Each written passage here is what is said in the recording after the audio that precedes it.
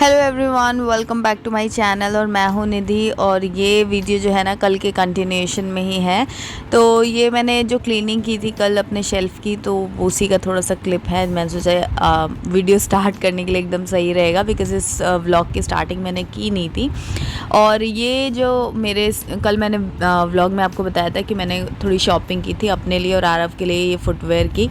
तो ये है वो बेली। कैसी लग रही है मुझे कमेंट करके ज़रूर बताना। मेरे जो डोर मैट्स हैं ना, मैं अब आज उनको भी वॉश कर दूंगी, बिकॉज अब 1-2 दिन में दिवाली आ जाएगी तो फिर हो नहीं पाएगा। और हमारी मशीन जो है ना वो ऑलमोस्ट डेली लगती है। कभी कभी मुझे टाइम नहीं मिलता तो मैं स्किप कर देती हूँ, तो फिर अगले दिन मुझे एक दिन में 2 राउंड लगाने पड़ते हैं। तो ऑलमोस्ट मतलब मुझे डेली मशीन लगानी ही पड़ती है।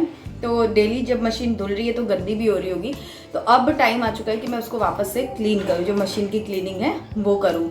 तो उससे पहले मैं क्या करती हूँ, डोर मैट जो है ना वो वॉश कर लेती हूँ। तो अभी डोर मैट लगा दूंगी, 2 ही हैं, आराम से धूप में डाल दूंगी, सूखते रहेंगे। और फिर रात में मैं क्लीनिंग वाले साइकिल जो है वो लगा दूंगी, क्योंकि उसमें ना थोड़ा टाइम भी लगता है।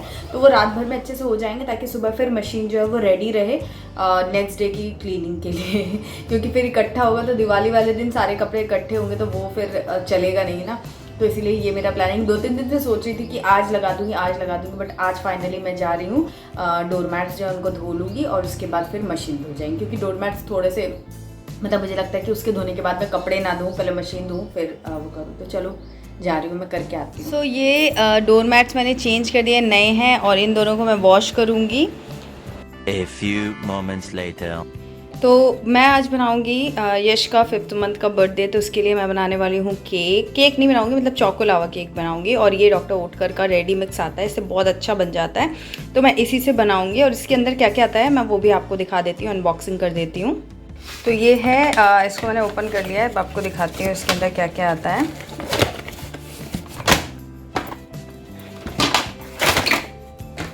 तो इसके अंदर ना 3 चीज़ें मिलती है। एक ये आप देख रहे हो, ये है चॉकलेट फज, जो कि मेल्टेड चॉकलेट रहेगा। बेसिकली इसके अंदर जो चोको लावा में लावा का काम करने के लिए मेल्टेड चॉकलेट है। एंड देन फिर ये ड्राई इंग्रेडिएंट्स हैं जिससे कि केक बनेगा।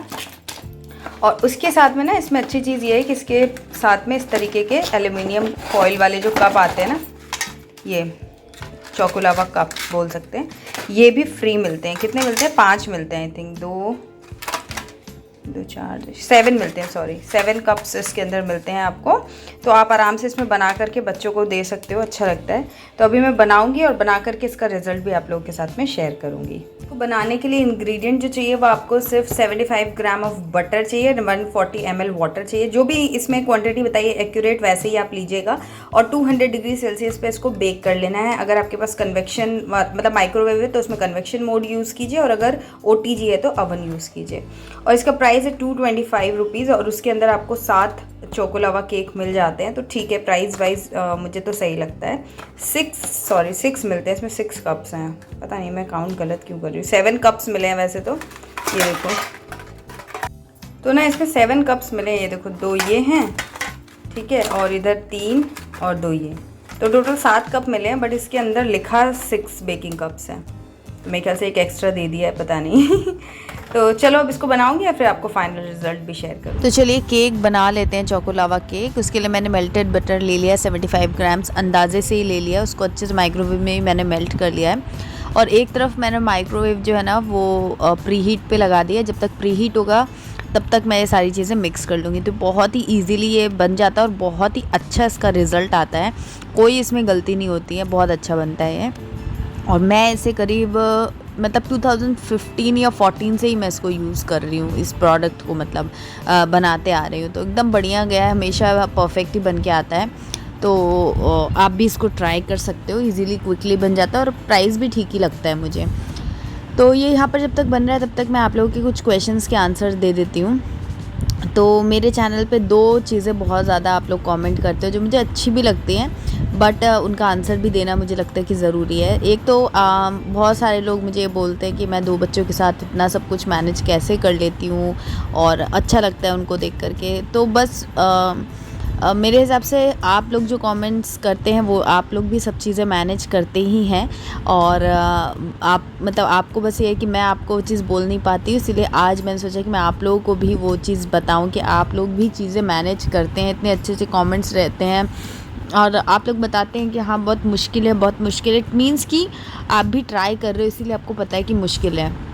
अगर हम ट्राई ही नहीं करेंगे किसी काम को करने का तो मुश्किल है या आसान है वो हमको पता नहीं चलेगा। तो इसी से मैं ये चीज़ अंदाज़ा लगा पाती हूँ कि जो भी लोग ये कमेंट करते हैं कि आप बहुत अच्छे से मैनेज कर ले रही हो, मुश्किल है बट आप कर रहे हो, इट मीन्स कि आपको पता है कि काम कैसे मैनेज करना है और आप भी इन चीज़ों को मैनेज कर रहे हो। तो एक चीज़ मैं यहाँ पर मेंशन करना चाहूँगी कि मैं चीज़ें कैसे मैनेज करती हूँ। मेरी जो की है, मेरा जो आइडिया है वो ये है कि मैं ना परफेक्शन पे नहीं जाती हूँ। मुझे कोई भी चीज़ परफेक्ट करने का मेरा कोई इरादा नहीं होता है, ना ही मुझे ख़राब लेवल पे काम, मतलब एवरेज स्टेज पे आकर अगर मेरा काम हो जाता है तो चलता है। अब इस चीज़ से मेरा क्या मतलब है कहने का, ये है कि एकदम परफेक्ट हर एक चीज़ एकदम टिप टॉप रहे तो वो देखिए पॉसिबल ही नहीं। अगर मैं वो टारगेट रखूँगी ना तो मैं फ्रस्ट्रेट ही रहूँगी। और ये शुरू में जब आरव हुआ था ना तो उस टाइम पे मुझे बहुत ज़्यादा अफेक्ट करता था कि यार, मतलब एक दिमाग में ऐसा था ना कि बेबी हो गया है तो अब चीज़ें गंदी रहेंगी क्या, ऐसा मन में, मतलब कभी कभी मुझे इस चीज़ की बहुत एंग्जाइटी होती थी। इवन मेरी प्रेगनेंसी के टाइम पर भी, जब मैं प्रेग्नेंट थी आरव के साथ में। लेकिन वो फर्स्ट एक्सपीरियंस से मैंने बहुत सारी लर्निंग्स ली, तो इसीलिए मुझे सेकंड टाइम पे थोड़ा सा इस चीज़ का था आइडिया कि हाँ परफेक्शन पे नहीं जाना है। जितना काम होता है इम्पॉर्टेंट क्या है वो अगर हो जाता है तो कोई बात नहीं, बाकी सब चलता है। क्योंकि ये फ़ेज़ है ना, ये 2-4 साल का फ़ेज़ है, उसके बाद तो बच्चे बड़े हो जाते हैं। आपने अगर उनको अच्छे से ट्रेन कर रखा है, सिखा दिया है ढंग से कि कैसे सफाई से और ढंग से रहा जाता है, तो वो भी आपकी मदद करते रहते हैं और चीज़ें हो जाती हैं। आप जैसी प्रैक्टिस करोगे वो चीज़ वैसे ही होती जाएगी। तो मतलब उस हिसाब से ही मैं मैनेज कर लेती हूँ। ऐसा नहीं है कि मैं दिन भर, मतलब डेली बेसिस पे एकदम हर एक चीज़ क्लीन कर रही हूँ और हर एक चीज़ एकदम परफेक्ट जा रही है, ऐसा नहीं होता है।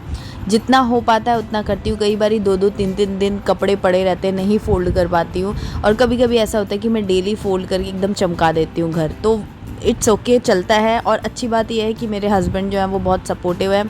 और कुछ सिचुएशन ऐसी होती है जो आपको स्ट्रॉन्ग बनाती है, आपको एक्सेप्टेंस दिलाती है, तो वो सारी चीज़ें हैं।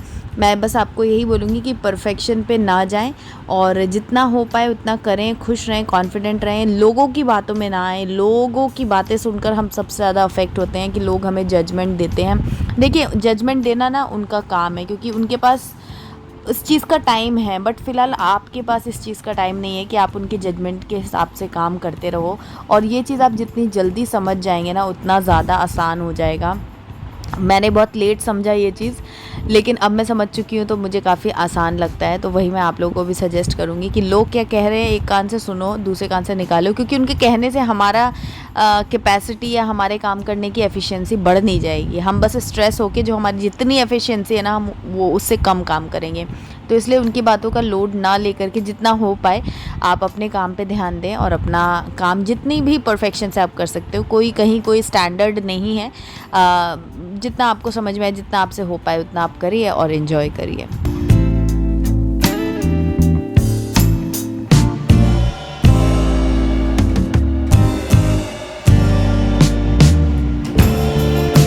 यहाँ पर मेरे जो ये चॉकलावा केक थे इनको मैंने असेंबल कर दिया था। असेंबल कर ही रही थी तभी काम करने के लिए जो लेबर थी वो आ गई थी, तो वो लोग उधर अपना काम स्टार्ट कर रहे थे। मैंने फटाफट से इसको बेकिंग पे रख दिया ताकि फिर मैं पूरी अटेंशन वहाँ पर दे सकूँ, क्योंकि अब यश का भी उठने का टाइम हो गया था।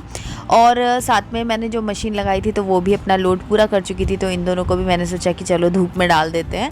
तो ये भी क्योंकि ना ये डोरमैट्स जो है उनको अच्छी धूप चाहिए होती है सूखने के लिए। और यहाँ पर देखिए, यहाँ पर तोड़ फोड़ मच रखी है, बहुत ज़्यादा गंदा बाथरूम हो गया है, तो मुझे अब उसको क्लीन भी करना पड़ेगा। और ये करते करते इधर पे मेरी बेकिंग भी चली थी। तो ये ना 15 मिनट का टाइम मैंने लगाया था, बट अराउंड ये 13 मिनट के अंदर ही अच्छे से कुक हो गया था।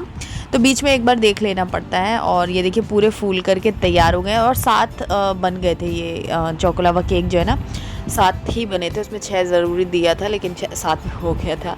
तो 7 कप्स बन गए थे और बस मेरा तो मन कर रहा था अभी खा लूँ, बट मैंने इसे इसी में छोड़ दिया था, क्योंकि बाहर निकाल करके फिर इनको ढक करके रखो तो ठीक है, नहीं तो ऊपर से ना ये सूख जाते हैं, थोड़े क्रैक से हो जाते हैं। तो यहाँ पर यश जो है वो उठ गया था क्योंकि इतना शोर मच रहा था टाइल्स तोड़ने में। तो ये अच्छा था कि मैं अपने सारे काम धाम निपटा करके आ गई थी, फिर यहीं बैठ के एडिटिंग वगैरह कर रही थी और यश को खिला रही थी। थोड़ी देर तक तो वो देखता रहा, फिर उसके बाद रोने लग गया था। 2-2.5 घंटे के बाद जो है ना वो काम पूरा हुआ। यहाँ पर उन लोगों ने टैप तोड़ करके और नया टैप लगाया, टाइल्स तोड़ी थी तो वो नई टाइल्स लगाई और अब लीकेज जो है वो बंद हो गया है। पानी गिरना बिल्कुल भी सही नहीं रहता है, ये एकदम नेगेटिविटी का एकदम साइन है।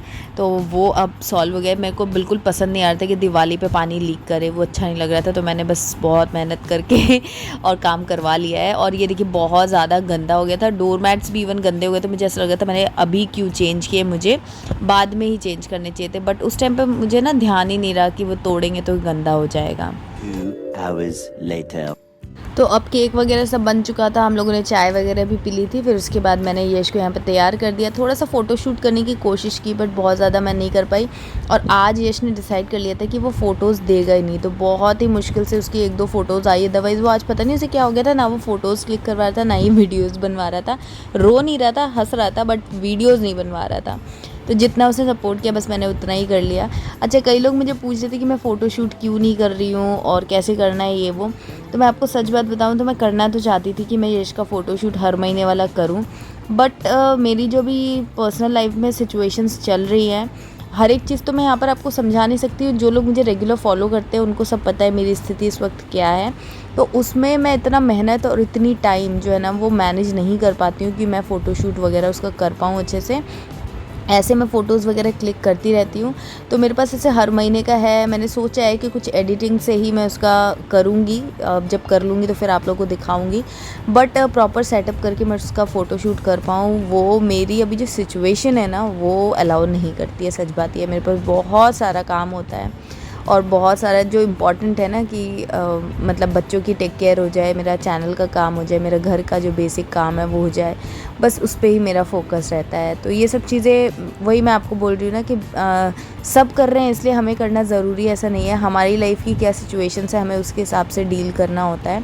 और जो चीज़ ज़रूरी है बस वो उतना कर लें, तो बाकी की चीज़ें तो बस ऐड ऑन है, हो जाए तो ठीक, नहीं हो जाए तो भी कोई बात नहीं है। तो उसके बाद हम लोग यहाँ पर बर्थडे सेलिब्रेशन करने आ गए थे। तो मैंने एक चॉकोलावा केक ऐसे प्लेट में निकाल लिया था और उसके बाद आरव ने और यश ने मिलके कट किया। आरव का भी बर्थडे है, मैं ऐसा मानती हूँ, क्योंकि आरव भी इस दिन भैया बना था। तो दोनों का बर्थडे अब साथ होगा। हम लोग का बर्थडे आरव की बर्थडे के साथ आता है, क्योंकि हम तब मम्मी पापा फ़र्स्ट टाइम बने थे। अभी ये आरव जो है वो फर्स्ट टाइम भैया बना था, तो उसका भी बर्थडे मैं ऐसा मानती हूँ। अच्छा, पिछले वीडियो में ना कुछ लोगों को कन्फ्यूजन हो गया था कि यश का ये 5th मंथ जो बर्थडे, ये 5th मंथ उसने कंप्लीट कर लिए हैं या 5th मंथ स्टार्ट हुआ है। तो 5th मंथ उसका कंप्लीट हो गया है। अगले महीने वो 6 महीने का हो जाएगा। 20th में 20 मई को उसका बर्थ डेट है। तो उस हिसाब से आप जोड़ लेना ताकि आपको कन्फ्यूजन ना हो। और यहाँ पर हम लोग एक्चुअली कुछ फ़ोटोज़ भी क्लिक कर रहे हैं, तो इसीलिए आपको वियर्ड से लग रहे होंगे। फ़ोटोज़ भी कुछ अच्छी सी आई थी जो मैं इंस्टाग्राम एंड कम्युनिटी वगैरह पे पोस्ट करूँगी। तो अगर आपने इंस्टाग्राम पे नहीं फॉलो किया तो फटाफट से फॉलो कर लेना। और यहाँ पर मैं ना 5 का साइन बना रही थी कि यश का 5 मंथ बर्थडे, तो हम लोग 5 वाला पोस्ट करते हैं। तो वो हम लोगों ने कर लिया और बस इसी तरीके से सेलिब्रेशन कुछ ज़्यादा तो नहीं किया था, यही सब था। और उसके बाद मैंने डिनर में उत्तपम बनाया था, जो डोसा बैटर दिन का बचा था ना, तो चटनी भी थी, तो फिर मैंने उसमें ही वेजीज़ वगैरह डालकर उत्तपम बना लिया था। और आरव के लिए मैंने आलू का पराठा कर दिया था। तो वही हमारा डिनर हो गया था। ये है चॉकोलावा केक, बहुत टेस्टी बना है और बहुत ही अच्छा लगा मुझे। तो आप भी ट्राई कर सकते हो अगर आपने नहीं किया तो।